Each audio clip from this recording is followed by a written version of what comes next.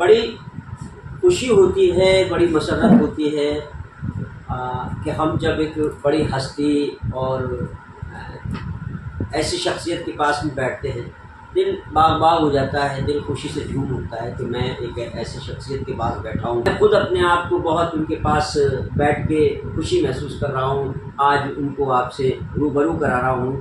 किसी परिचय की मोहताज नहीं है, गुलाबो नाम पूरी दुनिया में जाना जाता है, जिन्होंने राजस्थान का नाम, अपने देश का नाम विदेशों तक में फहराया है। ये आप देख रहे हैं, मैं अभी आपको दिखाऊंगा कि तमाम अवार्ड्स, तमाम शील्डें यहाँ पर इनकी हज़ारों की संख्या में रखी हुई हैं। ये पाना कोई छोटी बात नहीं है, कोई ऐसा नहीं है कि लो एक अवार्ड दे दिया और साहब जो है किसी खेल में उन्होंने उत्तीर्ण किया और उनको एक अवार्ड दे दिया। यहाँ ऐसी बहुत सी ट्रॉफियाँ हैं जिनको पाने के लिए जाने कितनी मशक्क़त करनी पड़ी होगी, जाने कितना उन्होंने सहा होगा, जाने कितना स्ट्रगल किया होगा, जाने कितना रियाज किया होगा जो इस मकाम पर पहुँची हैं। आज मेरे पास में वो शख्सियत यहाँ तशरीफ़ फरमा है, विराजमान है। मैं आपसे रूबरू कराऊंगा और उनसे बातचीत करूंगा। मुझे बहुत खुशी है, आज मैं उनकी ज़िंदगी के बारे में जानूंगा कि एक नृत्य है कालबेलिया नृत्य, और उस नृत्य को उन्होंने सड़कों से उठा करके और एक बड़े स्तर पे अपने देश का, अपने प्रदेश का, अपने ज़िले का नाम रोशन करके विदेशों तक में फहराया है झंडा हमारे देश का। आज मैं उनसे बात करता हूँ। गुलाबो जी, नमस्कार। ये पकड़िए आप, और हमारे उनसे बात करना चाहूँगा मैं। आज गुलाबो नाम किसी परिचय का मोहताज नहीं है। मुझे तो आपके बारे में बताना यूँ समझे कि सूरज को रोशनी दिखाने के बराबर है।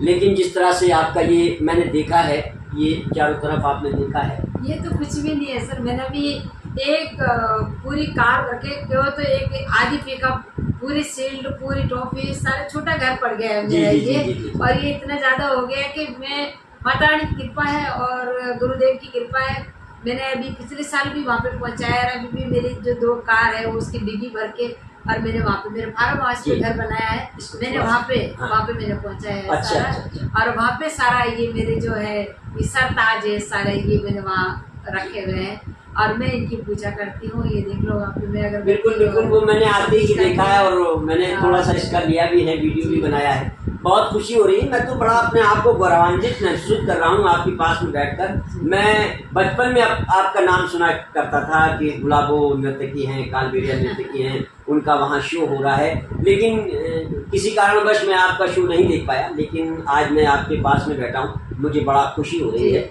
मैं गुलाबो जी ये जानना चाहता हूँ कि ये कला आपके पास में कैसे आई और कैसे आपको किससे प्रेरणा मिली जो आपने इस नृत्य में इतना महान काम किया है और आज हमारे देश का नाम रोशन कर। ये कला तो गॉड गिफ्ट है और ये मेरे को सरस्वती माता ने और ये भगवान ने मुझे दी है और मैंने किसी से सीखा नहीं है।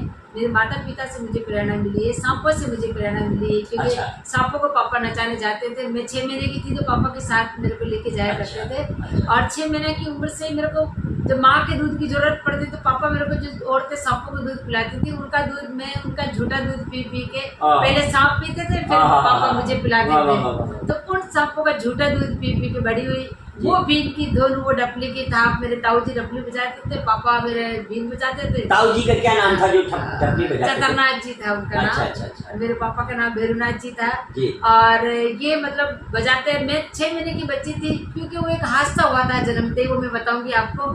तो वो इस कारण पापा मुझे साथ रखते थे और उन्हीं सांपों का झूठा दूध पी के बीन की धुन से मैंने 2 साल की उम्र में मैंने डांस स्टार्ट कर दिया और पापा के साथ मैंने डांस सीखा है। ये गॉड गिफ्ट है। कुछ सांपों से प्रेरणा मिली, कुछ मेरे माता पिता से आशीर्वाद मिला और ये डांस मेरे साथ ही जन्मा है और ये साथ ही पैदा हुआ है और मैं नहीं चाहती कि डांस मेरे साथ ही जाए, ये मैं सबको बांट के जाना चाहती हूँ। बहुत मैं देख रहा हूँ यहाँ गुरु शिष्य परंपरा आपने कालबेलिया संगीत एवं नृत्य की जो है क्लास खोल रखी है, आप बच्चों को सिखाते भी हैं। और मैं ये जानना चाहता हूँ कि देखिए शिष्य, गुरु के बिना शिष्य अधूरा है और पूरी गॉड गिफ्ट तो एक होता है कि लेकिन एक उसको जौहरी जो है परख की तराशता है, उसको फिर हीरा बनाता है। इसी तरीके से आपके अंदर कला तो थी लेकिन आपकी कला को निखारा किसने? जो जिसको आप जन्मदाता मेरे माता पिता है, जो मुझे सिखाते रहे। अच्छा। और मैं गुरु उनको बोलूँगी कि वही मेरे गुरु जी रहे हैं, और अच्छा। वही उन्होंने मुझे रोड पे घर से लेके रोड तक, रोड से लेके बस्ती तक पहुँचाए मेरे डांस।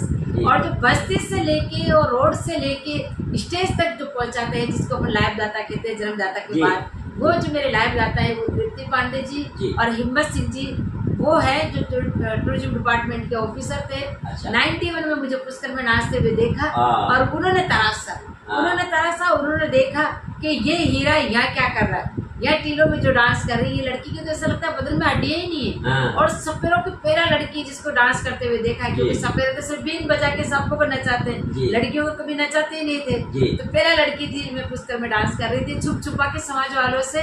और वहाँ पे वो जो मेरे 2 लाइव दाता आए। तो क्या समाज आपको मना करता था डांस करने के लिए? समाज में हमारा ये रिवाज था कि समाज में लड़कियां जिंदा ही नहीं रखते थे, लड़कियों को मार ही देते थे। और हमारे जो मर्दों के लिए जब जरूरत पड़ती थी कि शादी करनी, तो लड़कियां वहाँ से जालोर से मोल खरीद के लाते थे, 2 साल की 5 साल की लड़कियों को, उनको पाल पोस के बड़ा करके उनसे शादी कर लेते। लेकिन खुद के वंश की लड़कियां नहीं बचाते थे। उनका एक कारण था कि बेटियों को रखेंगे, अपन जंगल में रहते हैं, पता नहीं अंग्रेजों का जमाना, पता नहीं कोई उठा के ले जाएंगे, या गरीब लोग हैं, अपने पास में कपड़े नहीं है, शादी कैसे करेंगे।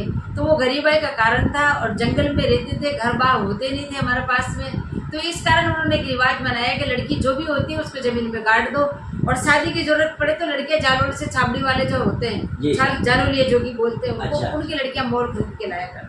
अच्छा। तो पहले आप लोग यहाँ, आज तो आपके पास में घर है, तो हमारे दर्शकों को बताएं कि पहले आप लोग कहाँ रहते थे और कैसे? पहले हम लोग तंबू डेरे में रहते थे और जंगल में रहते थे। जो बहुत पैसे वाला होता था उसके पास में तंबू होता था, और जिसके पास पैसे नहीं होते वो खुले में खाट के ऊपर डेरे लगा देते और गधों के ऊपर लद के चलते थे। आज यहाँ डेरे, कल वहाँ डेरे, परसों वहाँ डेरे। घूमतू समाज के हैं हम, और हम लोग घूमते रहते थे। गांव ढाणी के आसपास में हमें टिकने नहीं देते थे, क्योंकि हमारे पास में गधियां होती थी, कुत्ते होते थे, बकरियां होती थी, और वो क्या नाम, जो मुर्गे होते थे। तो वो उस कारण गांव के लोग कहते हैं कि नहीं, जंगली लोग हैं, हमारे गांव का कुएं का पानी नहीं पीना चाहिए, हमारे पास में नहीं रहने चाहिए, नहीं तो उनके गधे हमारे खेत खा जाएंगे। तो हम जंगल में रहते थे, और हमें गाँव के कुएं का पानी भी नहीं पीने देते थे, और वो अछूत माना जाता था। तो हम जंगल का कुआं ढूंढते थे, या फिर कोई नदी ढूंढ के उसमें से खोद के पानी निकाल के पिया करते थे। तो ये हमारी गरीबाई का भी कारण होता था, और ये हम घूमते रहते थे, क्योंकि हमारा कोई ठिकाना नहीं था, आज यहाँ कल वहाँ, इसी कारण हमारे बेटियों को जिंदा नहीं रखते। जी। अच्छा, तो आप पहले मेले मदारों में, मेलों में, छोटे मोटे उसमें जो है आप डांस किया करती थी? और मैं करती थी बस, खाली हमारे समाज की बेटियां नहीं करती थी। सब मैंने जब स्टार्ट किया, मेरे पापा के साथ, जब मैं साल 6 महीने की थी मैंने स्टार्ट किया, फिर मैं 2-3 साल की थी तब वो होली के दिनों में लेके जाते थे, तब मैं 5-6 साल की हो गई। तो होली पे जो लोग नचाने जाते थे, चंग बजा के नाचने के लिए 1 महीने, तब मुझे गोद में उठा के लेके जाते थे, और वहाँ आगे जाके मुझे नचाते, फिर शाम को लेके आते, पर छुप छुपा के। ऐसे नहीं बोलते थे कि ये लड़की है, सब कहते हैं ये लड़का है जिसको हम लेडीज कपड़ा पहना के नचा रहे हैं। तो इस तरीके से मुझे नचाते थे, और क्योंकि डबल साइड में होता था कि एक तरफ से तो मुझे नचाते थे, दूसरी तरफ से मुझे डांटते थे। अच्छा। कि लड़की नाचनी नहीं चाहिए, लड़की नाच क्यों रही है, तो डांट भी पड़ती थी उनकी, और प्यार भी मिलता था। अच्छा, तो आपको जब उन्होंने मेले में नाचते देखा, आप क्या नाम बता रही है? हाँ, तो फिर आपको कैसे उन्होंने तराशा, और कैसे पहला जब मेरा डांस करते हुए देखा, और वो देखते रहे, और कहा कि ये लड़की इस तरीके से डांस कर रही है जैसे इसके बदन में हड्डियां नहीं है। तो वो मेरे फोटो खींचते रहे, देखते रहे। जब हमारा डांस बंद हुआ तो फिर वो आके मेरे चाचा जी से बात करी कि तुम जो ये डांस कर रहे हो, तुम्हारे सफरों में पहले बात तो डांस होता नहीं, तो ये लड़की कहाँ से आई, कौन है? तो मेरे चाचा जी ने कहा है तो हमारे समाज की, लेकिन अब बच्ची है, इसको हम लोग नचाते हैं, 2 पैसे मिल जाते हैं। तो बोले तुम लोग ऐसे करो, जब ये यहाँ नाच रहे हो वैसे तुम शाम को वहाँ पे प्रोग्राम करना, और वहाँ पे तुम्हें मंच देंगे। तो प्रोग्राम क्या होता है वो हम समझते नहीं थे। फिर भाई साहब ने कहा कि नहीं, जो यहाँ कर रहे हैं ना वैसे वहाँ करना, बस स्टेज पे नाचते हैं उसको प्रोग्राम कहते हैं, रोड पे नाचते हैं उसको रोड का डांस और स्ट्रीट डांस कहते हैं। तो इस तरीके से वो क्या बोला इंग्लिश में हमें पता नहीं चला, लेकिन इतना पता चला कि हमें वो इन्वाइट करके गई, और दीदी, और फिर हमारे को वहाँ बुलवाया। शाम को हम लोग गए, वहाँ पे हमने मंच पे डांस किया पहली बार, और बहुत अच्छा लगा मुझे। घूंघट निकाल के मैं कर रही थी, लोग तालियां बजा रहे थे, पैसे नहीं फेंक रहे थे, तालियां बजा रहे थे और मुझे बहुत अच्छा लगा। लेकिन मेरे को एक तरफ से ये लग रहा कि मैं जब जंगल में या गांव डाड़ी में नाचती हूँ तो रोटियां देती है औरतें, और जब मैं रोड पे नाचती हूँ या फिर मेले में नाचती हूँ तो लोग एक एक दो दो पैसे फेंकते हैं। लेकिन आज तो पैसे नहीं दे रहे, ताली बजा रहे, मुझे भगा रहे हैं या फिर मेरे समझ में नहीं आता कि भगा रहे हैं, इनको पसंद नहीं आ रहा। लेकिन जब मैं डांस करके जब आई, बहुत देर तक करती रही, मेरे को थकने का तो नाम नहीं, आज भी नहीं, जब पहले भी नहीं था। वो आपका रियाज बहुत अच्छा है। हाँ, तो बचपन से नाच रही हूँ रोड पे। तो मैडम ने लाइट बंद करी, बुलाया हम लोगों को, कहा बोला पेट नहीं भरता तेरे डांस करते करते, पूरे दिन डांस कर रही, अभी भी तो थकी नहीं रही। मैंने कहा मुझे बहुत अच्छा लगता है वैसा डांस करना। बोला आज कैसा लगा? उनका मेरा तो ऐसा लगता है कि मेरी जो जिंदगी, मेरा का डांस है वो इस स्टेज के लिए ही बना है, तो मेरे नसीब में कहाँ है। पर मेरे एक समझ में नहीं है कि लोग मुझे भगाए क्यों रहते वैसा, तो क्या लोग भगा थोड़ी रहते बेवकूफ, वो तेरा वेलकम कर रहे थे ताली बजा बजा के, तेरा हौसला बढ़ा रहे थे। तो मेरे आधी सुन में आई, आधी सुनने नहीं आई। मैंने कहा चलो ठीक है। मैंने कहा भगा तो नहीं रहे थे? बोले भगा नहीं रहे थे, कल फिर आना। तो दूसरे रोज भी बुलाया, हम लोग दूसरे रोज भी गए, इसी तरीके से मान सम्मान मिला। 22 साल मुझे 50 रुपये दिए। मेरे कलाकार जो मेरे साथ में औरतें थी उनको किसी को 10, किसी को 5, किसी को 20 रुपये मिले। और जब समाज को पता चला मेला खत्म होने के बाद में, औरतों के पास में पैसे देख लिए, मर्दों ने कि ये पैसे तुम्हारे पास कहाँ से आए? तो काजल बिंदी खरीद ली, कुछ पैसे बच गए। तो उन्होंने कहा कि हम तो वो गुलाबी को नचा के पैसे लेके आए थे, तो उसमें हमने बिंदी खर्चा भी खूब किया, लेकिन वो पैसे खर्च नहीं हुए, ये बच गए। अब क्या करें? तो वो अब कुछ भी करो, हम तो गए थे मांगने के लिए और नाचने के लिए। तो बोला मंच पे तुमने तो वहाँ तक तो पे डांस किया? तो बोला हाँ। सुबह पंचायती बेटी बहुत भारी, और मेरे पापा को समाज से बाहर कर दिया कि तेरी बेटी तो तख्तों पे डांस करके आई, जिस चीज का डर था वो ही किया। मंच पे किया, तख्तों पे किया, जहाँ अच्छी लड़कियां डांस नहीं करती वहाँ पे तेरी बेटी तख्तों पे डांस करके आई है, तो तू समाज से बाहर हो। अच्छा। तो मेरे पापा ने कहा कि मैं क्यों समाज से बाहर हूँ? ये तो मेरी बच्ची है, 7 साल की है, तुम्हारे बड़े लोग लेके गए इसको, तो उनको करो। तो वो सब लोग ऊपर हाथ कर दिए, बोले भाई ये नहीं नाचती तो हम नहीं लेके जाते, ये नाची तब हम लेके गए लालच में। तो हमें किस चीज का दंड तो इसको मिलना चाहिए कि ये नाचती है, नाचना ही नहीं चाहिए इसको। तो इस तरीके से वो सारे बच गए और मेरे को समाज से बाहर कर दिया, मेरे माता पिता को भी समाज से बाहर कर दिया। फिर मेरे पापा अजमेर छोड़ के और पुष्कर छोड़ के ये डुबाड़ा गाँव है, वहाँ जाके रहना स्टार्ट कर दिया था। और वहाँ पे फिर 15 दिन बाद में 22 साल ने यहाँ से किसी लोगों को भेजा, मेरे समाज वालों को, और कहा कि उस लड़की को लेके आओ।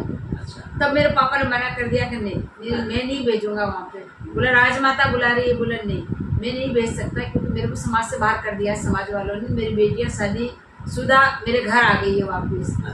लेकिन मैंने सुन ली वो चीज़ कि वो मेरी परी में मुझे बुला रही है, और मैं सपने में देखा करती थी उनको, लंबे लंबे बाल, गोरी में। तो मैं जो मेरे पापा को कहती थी, पापा एक ऐसी बहुत सुंदर, बहुत वाइट कलर इस तरीके से और बहुत लंबे लंबे बाल, वो कौन है जो मेरे सपने में आते हैं? तो मेरे पापा ने कहा बोले बेटा तू तो परी है ना, तो परी के पास परी आएगी, तो वो परी मैम आती है तेरे को, और देखना एक दिन लेके जाएगी।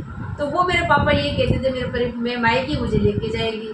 तो वो परी मैम मेरी मिल गई मुझे, वो फिर बुलाना स्टार्ट किया। तो मैं जैसे ही मेरे समाज वालों को सुना कि मेरे को लेने के लिए आए हुए हैं, तो मैंने सुन लिया। वो लोग चले गए, मेरे पापा ने नहीं भेजा, लेकिन मैंने मेरे भाई को कहा मेरे वो परी मैम बुला रही है मुझे, भैया तुम जयपुर लेके चलो।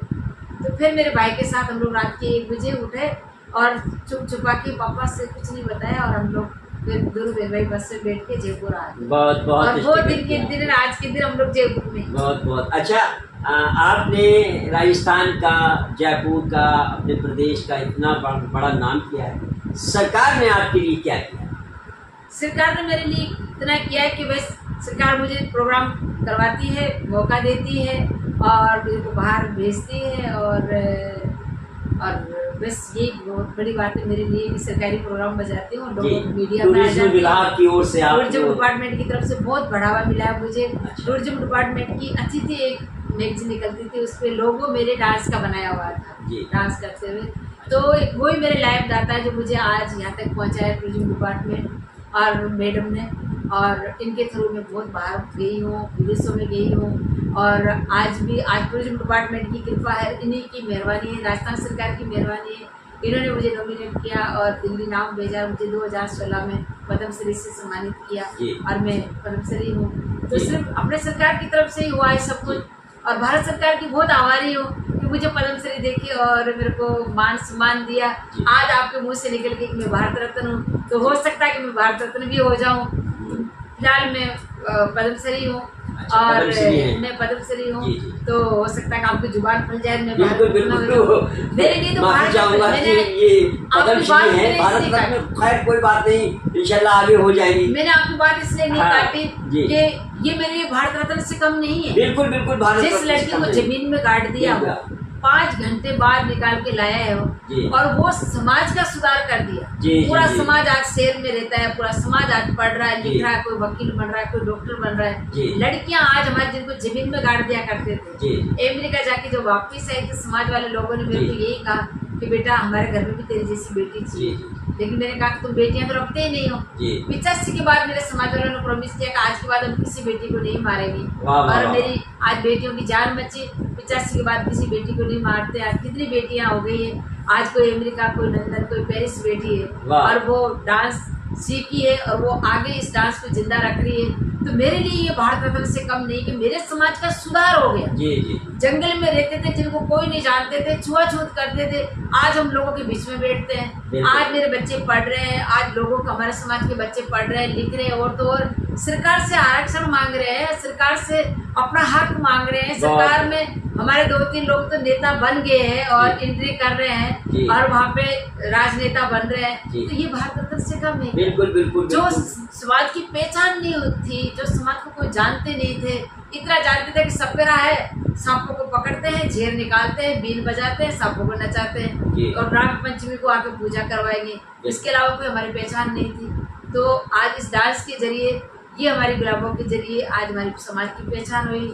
आज हम पूरी दुनिया में, मैं आज 170 कंट्री जा चुकी हूँ और मुझे भारत सरकार ने पद्मश्री दे के सम्मानित किया।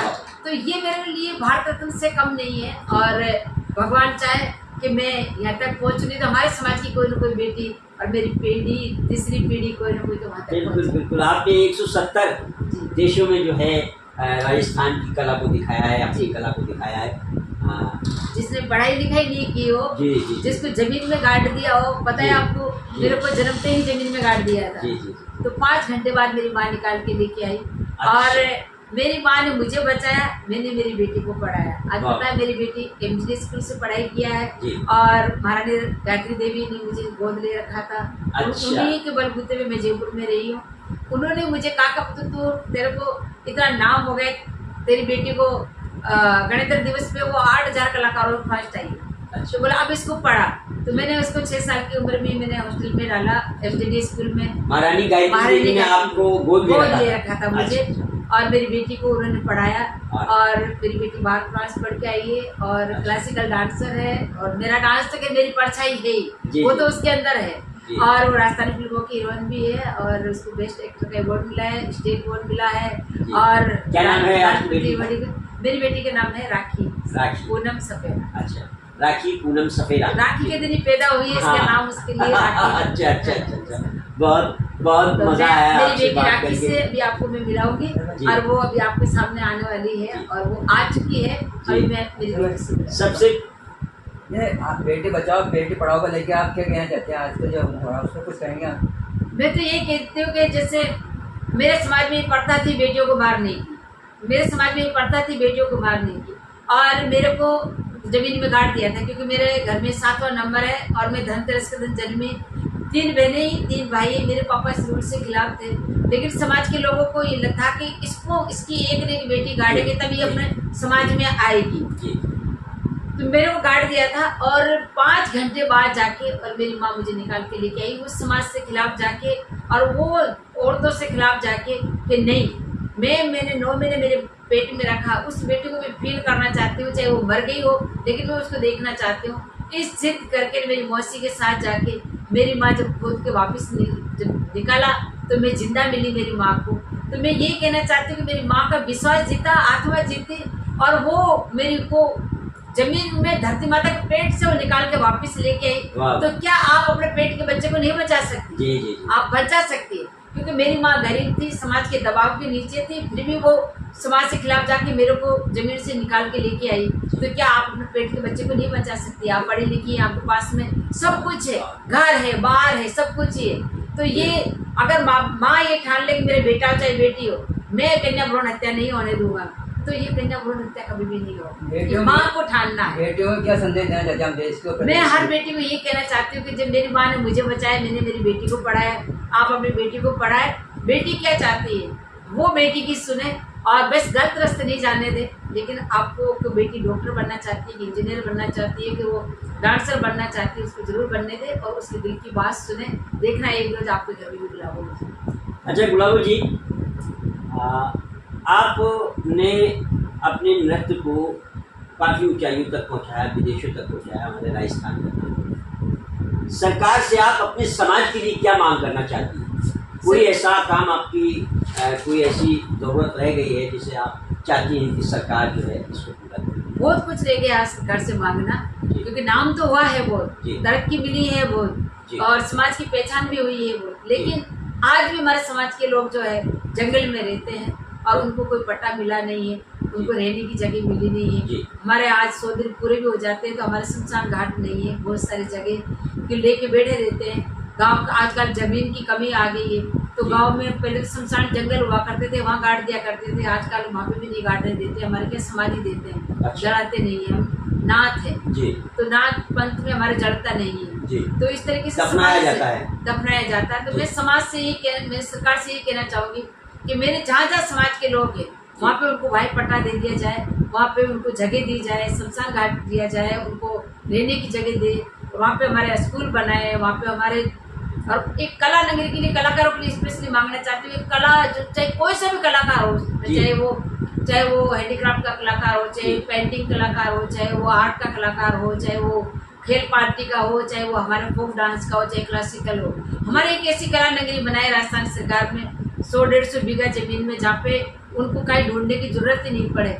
वो सारे भाई मिले, चाहे रावण हत्या वाले भोपे से लेके और वो राणा से लेके, मिरासी से लेके, सपेरा से लेके, लंगा मंगनियार से लेके, हर एक कलाकार वहाँ उनको मिले। और ऐसा हमारा एक बस्ती बन जाए या फिर कॉलोनी बन जाए, सिटी बन जाए। सरकार चाहे तो क्या नहीं हो सकता, हमारी सरकार बन सकती है कलाकारों की। इतने कलाकार हैं, अगर चाहे तो वो एक हमारे को इतने जमीन देकर हम लोगों को कला नगरी बना सकते हैं। तो बहुत उम्मीदें हैं हमारी सरकार से कि हम, और मैं अपना स्कूल बनाना चाहती हूँ, उसमें मैं हेल्प चाहती हूँ कि मेरे स्कूल में हेल्प करे राजस्थान सरकार, राज्य सरकार और केंद्रीय सरकार, और उसको आगे बढ़ने का मौका दे। मैं नहीं चाहती कि ये डांस मेरे साथ चला जाए, मैं चाहती हूँ कि ये डांस घर घर में गुलाबो हो और ये सबको मैं सिखाऊँ। बहुत बहुत बढ़िया। ये थी हमारे राजस्थान की कालबेलिया डांस को पूरे भारत में और उसके बाद भारत से लेकर के विदेशों में पहुंचाने वाली आज हमारे पास में बैठी थी। हमने आपके रूबरू कराया, उन्होंने अपनी सारी तकलीफ़ें और जो भी आपको दिखाया, बताया, वो ये कला जो है वाकई में ऐसी है कि बहुत कम लोग इसको कर पाते हैं। लेकिन गुलाबो जी ने इस कला को हिंदुस्तान से लेकर 170 देशों तक पहुंचाया। बहुत ही सराहनीय कदम है। और जो सरकार से ये गुलाबो जी मांग कर रही हैं, क्योंकि न्यूज़ भी थोड़ी सी गुजारिश करना चाहता है सरकार से कि इनकी बात को सुने, इनकी समाज को वो दर्जा दे जो ये चाहती हैं, इनका कॉलेज जो ये चाहती हैं। हालांकि इसमें बहुत सरकार का भी फ़ायदा होगा, सरकार का भी फ़ायदा हुआ इनको, जो इन्होंने शिक्षा अपनी नृत्य की जो आज ये बांट रही हैं और विदेशों तक में ये जाएंगी। तो सरकार से यही अनुरोध है कि हमारे गुलाबो जी की बात को ज़्यादा सीरियस लें और इनके समाज के लिए और इनके लिए कुछ करें। बहुत बहुत